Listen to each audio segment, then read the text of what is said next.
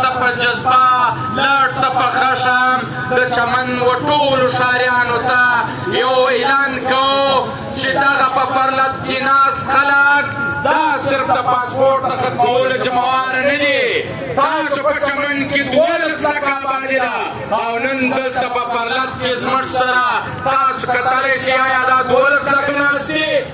موږ د چمن پر ټولو ښاریانو غږ کوو چې دا پرلت یو ذمهواري ده دا د هر بچي د هر ځوان د هر سپین ږیري ذمهواري ده دا به موږ تاسو پر ځان باندې داسې فرضمنځ قدر بولو دا به موږ پر ځان باندې یو داسې ذمهواري بولو لکه د کور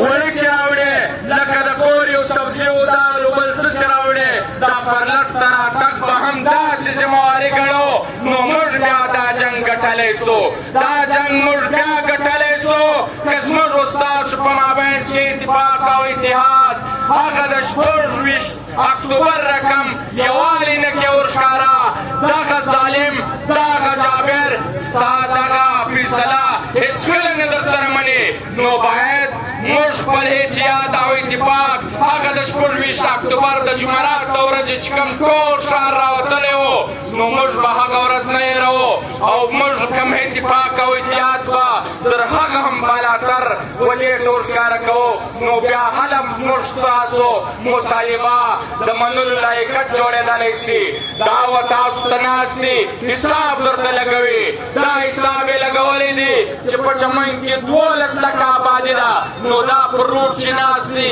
دا خو 12,000 انسانان دي نو دا تاسو ته دا دلیل ږدي چې په چمن کې 12 لکه آبادي ده په دې کې دغه فیصله صرف دغه 12,000 نفر نه مني نور یې ټول چمن مني نو د چمن و ټولو ښاریانو و ټولو ښاریانو ته دغه سوال دی چې تاسو په پرلت کې د سهار د 8 بجو څخه باید برپوره شرکت وي داسې شرکت وي وروره که ته نه اخلاص ستا پر ځای باید بل ملګری راواستوې که هغه نه وي اخلاص ورور دې راواستوه که دې ورور نه وي اخلاص بل قریب او عزیز لرې هغه راواستوه په دې پرلت کې به ستاسو شرکت زموږ کامیابي جوړېږي په دې پرلت کې ستاسو شرکت د دې جنګ بریا جوړېږي که تاسو په پرلت کې شرکت نه کوئ دا جنګ بیا موږ بایللی دی د دې جنګ د بایللو ذمهوار به تاسو ښاریان جوړېږي بیا به دا نه وایه سیال پارټي تاجر لغري بیا دا جنګ بایلوئ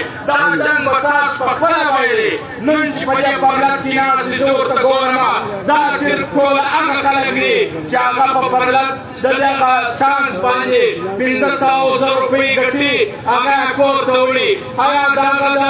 پاسپورټ فیصله ختمېده صرف د دغه غریب ولس کار دی ولې هغه تجاران چیرې دي چې نن هم په منډیانو کې په کروڑونو روپۍ په څاو دي زه هغه تجارانو ته وایم چې ته د 11 بچو پرېږدی بیا کله کښېنستې بیا به ته پر فیسبوک او پر واټساپ باندې یو رقم میسجان چلوې او په یو بل څه به خبره کوې چې دې فلانکي دا چول او فلانکي مشر دا چول دا خبرې نه ده کړې د دې کې د ټولو ساواله ذمهواري د هغه تجاران او سرمایهداران جوړېږي کم چې په بادر کې دا ټیم اوس هم د کروڑونو او لکونو مالونه پراته دي د لکونو او کروڑونو مالونه اوس هم پر لارې روان دي او د لکونو کروڑونو تجارت یې د روزانه پر بنیاد پر دغه لار باندې روان دي دا ذمهواري د هغه کوټیدارانو جوړېږي کم چې دی پر دغه کسټم او انلسي کې په کروڑونو کاروبار چلوي دا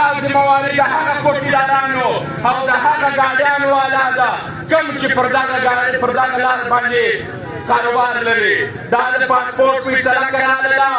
دا د پاسپورټ فیصله کړاله دې تاوان صرف د تجارانو ګاډي والاو د کوټانو د دې نه دی موږ صفا ورته وایو د دې سبا د رکشې والا څه ونیسئ د ریلي والا څه ونیسئ د دوکاندار څه ونیسئ بیا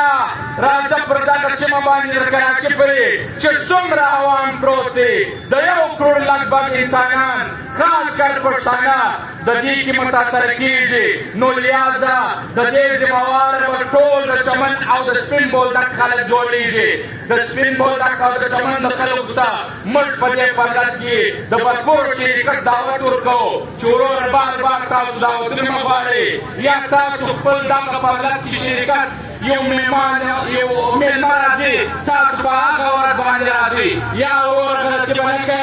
غلطي به نه کوئ دلته به بدلت ده د روزانه پر بنیاد پر ځان به فرض بولې پر ځان به داسې ضروري بولې لکه یو فرض منځ خامخا به راځې که نه راځې نو بیا دا جنګ موږ بایللی نو موږ دایره شپږ شپږ چې کېناستلي یو بیا دا زموږ سپېږ رسي حبس تېرېږي